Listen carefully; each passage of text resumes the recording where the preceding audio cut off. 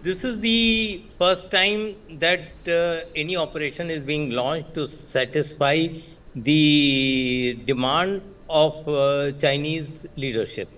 It's not only, as you rightly said, that Prime Minister Shehbaz Sharif and Army Chief Azm-e-Istehkam visited China, but the demand from China are very clear, that were clearly articulated by a follow-up delegation that visited Pakistan a few days later, in which was headed by international relationship minister of Chinese Communist Party and a member of the Central Committee of the party, Liu Chao. So that man bring out two issues that he says are the crucial for Pakistan's stability in all respects. Number one is the unity among the political parties. All should be united on how to take Pakistan ahead. Number two, he said the internal security situation. There are two major challenges that Pakistan faces. Asim Munir had successfully organized the presence of Pakistan Tehreek-e-Insaf delegation in that meeting. But once that meeting was over, the Chinese delegation left. The Pakistan Tehreek-e-Insaf delegation says that we are not part of this this new operation that Asim Munir is launching. And it can only come once we have a proper briefing in the parliament. And no apex committee headed by Shehbaz Sharif can take a decision without parliament being involved into it. Basically, it is chickening out of the Asim Munir's project of keeping Chinese in good humor so that the CPEC investment comes.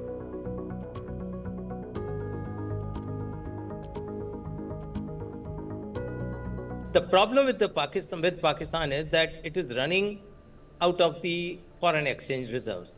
Yes. What it wanted from Chinese delegation, China visit was that its loans should be deferred or loans should be rescheduled so that Pakistan doesn't have to pay the interest and the loan repayment.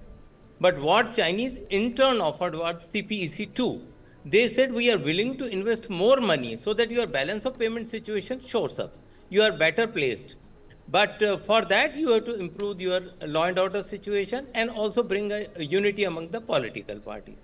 This is where the issue right now rests. So will it be successful? Yes, I think like previous operations, it will also have a ballooning effect.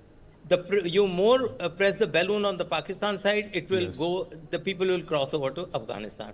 And the moment you reduce the pressure, you can't maintain your continuous presence in Northwest Frontier Province or Khyber Pakhtunkhwa and Balochistan. So at some point of time, you have to reduce the presence. Once you reduce the presence, they will again come in back. Irrespective of the fact that almost 90% of the border is fenced with Afghanistan. So it won't be successful in that terms. Yes, it can give a temporary reprieve in terms of number of incidents probably going down.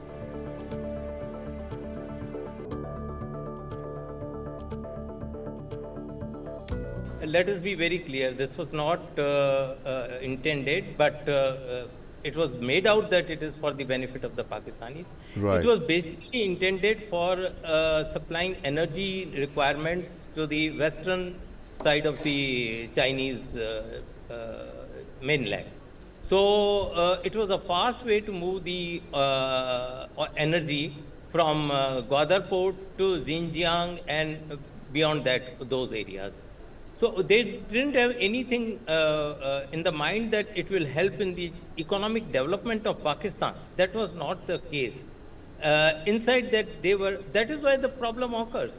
Because the people in Balochistan, people in Khyber Pakhtunkhwa, they say that what did we get out of CPEC? Tell us.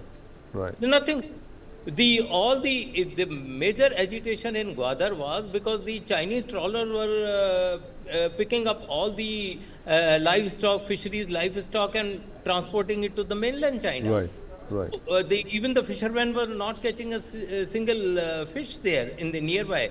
Then you have made a bund for the smooth movement of the ships. Now, because of that, last year we had floods in Gwadar, and the temporary tenements or small kacha places, they got all demolished because of that. So this is not a development that the Balochistan people and the Khyber Pakhtunkhwa people had asked for. Neither has it benefited. Otherwise, this Pakistan would not have been in that turmoil.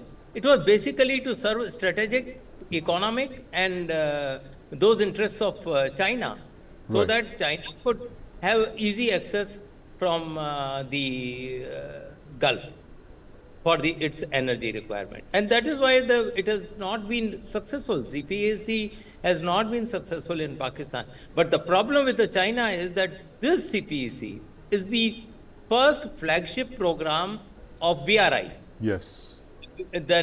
Now, if this fails, how does China attract the other countries to join BRI? So that is the biggest issue that China is facing. And the problem that China underestimated in Pakistan was that it will face resistance from the Baloch separatists. They thought that the resistance would come from the Islamist groups in Khyber Pakhtunkhwa or maybe Gilgit-Baltistan and those areas. But it is getting resistance from, by and large, I would call it secular Baloch separatists. That had not been factored into by China. The whole CPEC passes through largely from Khyber Pakhtunkhwa to Pakistan-occupied Kashmir, Khyber Pakhtunkhwa, and then Balochistan. And there it faces the resistance.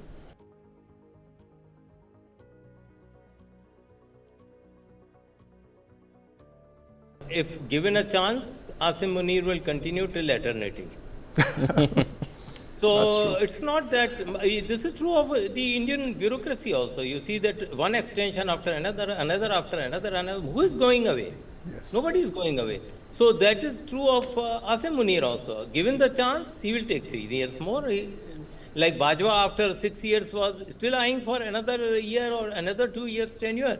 Yes. So for him also the same issue, same things. Humans are same, whether it is Indians or Pakistanis, they are same. Right. So he would like his stay to go beyond 2025, but it all depends on how things shape up within Pakistan and how the military-civil equations go on. Still a lot of time to go. We have seen the developments in Pakistan post February 8 elections, which were, everybody knows, were hugely rigged in favor of Shehbaz Sharif and his party, or the Nawaz Sharif and his party. So he is unable to get Pakistan Tehreek-e-Insaf in control. Right. That is causing a concern because even in this meeting where what I was talking about, the Chinese delegation, he somehow managed their presence there, but 2 days later they said that we are not part of any Azm-e-Istehkam operation, not at all. They said that we are, till it comes to parliament, there is a briefing in parliament, discussion in parliament, till then we are not in it. So he is not able to get Pakistan Tehreek-e-Insaf around him. Then he has not been able to successfully break it.